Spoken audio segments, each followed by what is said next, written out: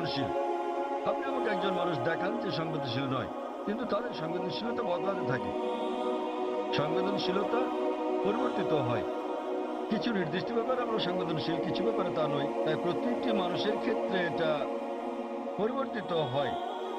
যখন মুসলমানদের ব্যাপারে বলতে হয়, আমরা মুসলমান, আমরা আমাদের পালনকর্তা আল্লাহ সুবহানাহু ওয়া তাআলাকে ভালোবাসি এবং আল্লাহ রাসূলকে ভালোবাসি। এবং নবী মুহাম্মদ সাল্লাল্লাহু আলাইহি সাল্লাম বলেছেন যে কোনো মুসলমানই প্রকৃত মুসলমান নয় যতক্ষণ পর্যন্ত সে আল্লাহ এবং তার রাসূলকে নিজের চেয়ে বেশি না ভালোবাসে, আল্লাহ এবং তার রাসূলকে নিজের চেয়ে বেশি ভালো না বাসে।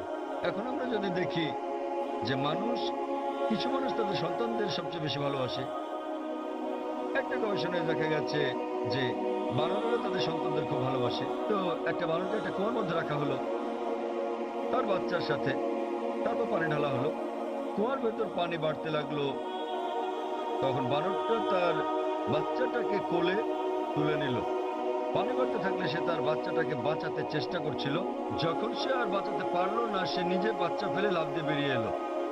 তারা তাদের বাচ্চাকে অনেক বেশি ভালোবাসে, কিন্তু নিজের জীবনের চেয়ে বেশি নয়। এ কারণে বাচ্চাটাকে নিয়ে আসতে না পেরে সে নিজে লাফ দিয়ে বেরিয়ে চলে এলো। এটা একটা পরীক্ষা মাত্র। একইভাবে মানুষও তার বাচ্চাকে ভালোবাসে, নিজেকে ভালোবাসে, ঠিক আছে। কিন্তু যখন মুসলমানদের প্রসঙ্গ আসে, আমরা আল্লাহ এবং তার রাসূলকে নিজের চেয়ে বেশি ভালোবাসি। উদাহরণস্বরূপ, আপনি যদি আমাকে অপমান করেন, আমি এটা পছন্দ করব না, কিন্তু কিছু মনেও করব না।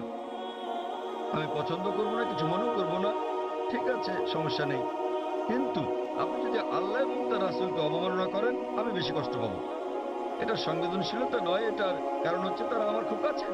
সুতরাং মুসলমানদের কাছে আল্লাহ এবং তার রাসূল খুবই ঘনিষ্ঠ, এমনকি আমাদের সন্তানদের চেয়েও ঘনিষ্ঠ, স্ত্রীর চেয়েও ঘনিষ্ঠ, স্বামীর চেয়েও ঘনিষ্ঠ, নিজের জীবনের চেয়েও ঘনিষ্ঠ।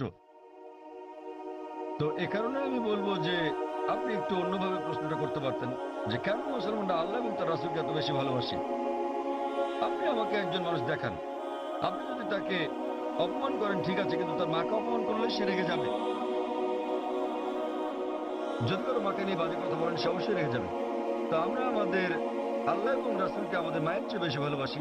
এই ব্যাপারগুলোর উপর ভিত্তি করে মুসলমানেরা বোঝাতে চান যে যখন সালমান রুশদি, ব্র্যাকেটে একজন তথাকথিত মুসলিম মুসলিম পরিবারের জন্ম, যখন তিনি বই লেখেন, মিথ্যে সমালোচনা করেন শুধু কিছু, বুঝতে পারছেন, কিছু টাকার জন্য, সে কারণে তখন মুসলমানরা তার তীব্র প্রতিবাদ করে। আপনি বলছেন প্রতিবাদ করার আর কোনো ভালো উপায় ছিল কিনা? আমিও মনে করি মুসলমানদের প্রতিবাদের সবগুলো উপায় সঠিক ছিল না। অনেক সময়